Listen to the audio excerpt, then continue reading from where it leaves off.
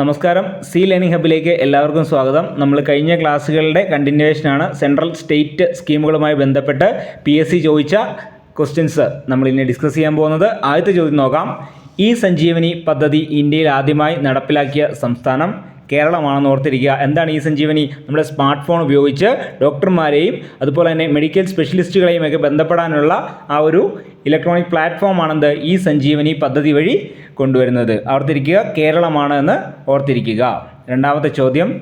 വരുമാനവും തൊഴിലും ഉറപ്പാക്കി 6429 കുടുംബങ്ങളെ 100 ദിവസത്തിനുള്ളിൽ അതിദാരിദ്ര്യത്തിൽ നിന്ന് മോചിപ്പിക്കാൻ കുടുംബശ്രീ നടപ്പിലാക്കിയ പദ്ധതിയാണ് ഉജ്ജീവനം പദ്ധതി. മൂന്നാമത്തെ ചോദ്യം നോക്കാം.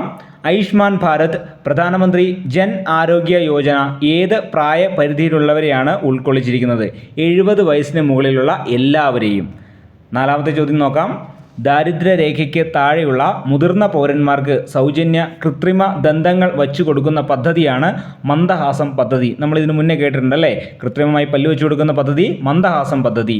അഞ്ചാമത്തെ ചോദ്യം. ഹരിത കേരളം പദ്ധതിയുടെ ബ്രാൻഡ് അംബാസിഡർ ആരാണ്? ഡോക്ടർ KJ യേശുദാസ് ആണെന്ന് ഓർത്തിരിക്കുക. ഹരിത കേരളം പദ്ധതി നിലവിൽ വരുന്നത് 2016 ഡിസംബർ 8-നാണ്. കേരള സാമൂഹ്യ നീതി വകുപ്പ് സർക്കാർ സേവനങ്ങൾ വീട്ടുപടിക്കൽ എന്ന ലക്ഷ്യത്തിനായി ആവിഷ്കരിച്ച വെബ് പോർട്ടലാണ് സുനീതി പോർട്ടൽ. അടുത്ത ചോദ്യം നോക്കാം. സംസ്ഥാനത്തെ പ്രാഥമിക ആരോഗ്യ കേന്ദ്രങ്ങളെ കുടുംബാരോഗ്യ കേന്ദ്രങ്ങളാക്കി മാറ്റുന്ന ലക്ഷ്യമിട്ട പദ്ധതിയാണ് ആർദ്രം പദ്ധതി. ആർദ്രം പദ്ധതി ഓർത്തിരിക്കുക.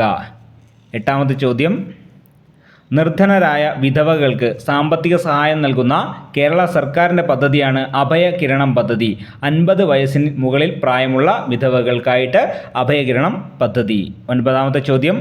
അയ്യങ്കാളി നഗര തൊഴിലുറപ്പ് പദ്ധതിയുടെ നിലവിലെ വേതനം 333 രൂപയാണ്. Mahatma Gandhi national rural employment guarantee act പ്രകാരം നിലവിലെ വേതനം 369 രൂപയാണ്. പത്താമത്തെ ചോദ്യം. 2023 നാഷണൽ ഹെൽത്ത് കെയർ അവാർഡ് ലഭിച്ച കേരള സർക്കാർ പദ്ധതിയാണ് കാരുണ്യ ആരോഗ്യ സുരക്ഷാ പദ്ധതി. അടുത്ത 10 ചോദ്യങ്ങളുമായി നമുക്ക് അടുത്ത വീഡിയോയിൽ കാണാം. താങ്ക്